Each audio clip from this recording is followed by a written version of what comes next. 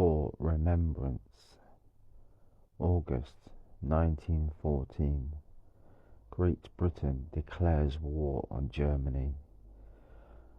Full of fizz and piss, the boys went off to war. Excitement oozed out from their every pore, dreaming of making their names in song and lore. A company of comrades, unknown before, once strangers, now brothers in arms and in war. Blurred khaki steamed through England's medieval towns, from the dales and the mouths and the moors and the downs, cheered off by fair maids in floral gowns. No dread, no woe, no fear, no moans nor frowns, our dutiful princes that wore no crowns. With testosterone frothing their virile cream, and their uniform gaining them unknown esteem, they were propelled on to France by coal and steam. Braggadocious with the empirical dream, they left these shores the odds-on winning team. Balaclava 1854, Crimean War. Buoyed on by the law of the brave 600, iron and honour stained Crimea's soil red. With sabres raised overhead, their horses sped forward, on and on charged the brave 600, as all around them their comrades fell dead. 1914 September. At Mons they matched, their sport being warfare. They marched in form, field guns began to blare. Some men turned to mist, some a puddle of blood and hair.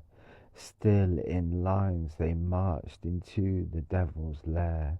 This folly in chivalry the machine guns laid bare. 1415 Agincourt.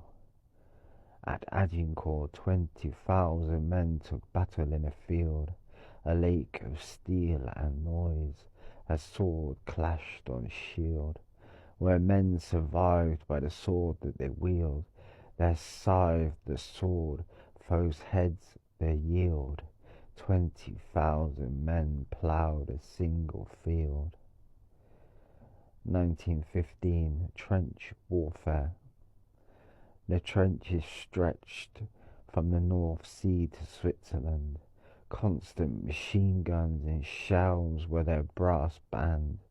These dirty, death ditches were no piece of England, walled by bodies, the rain exposing a foot or hand. Eyeless corpses lined these troughs in a foreign land.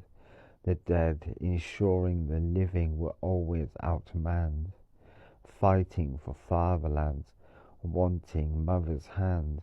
The boys in these troughs dreamt of England's meadowland, separated from their foes by no man's land. Here many fell while making their last stand. The sewers of death were each army's line in the sand. 1916 July 1st, the Somme.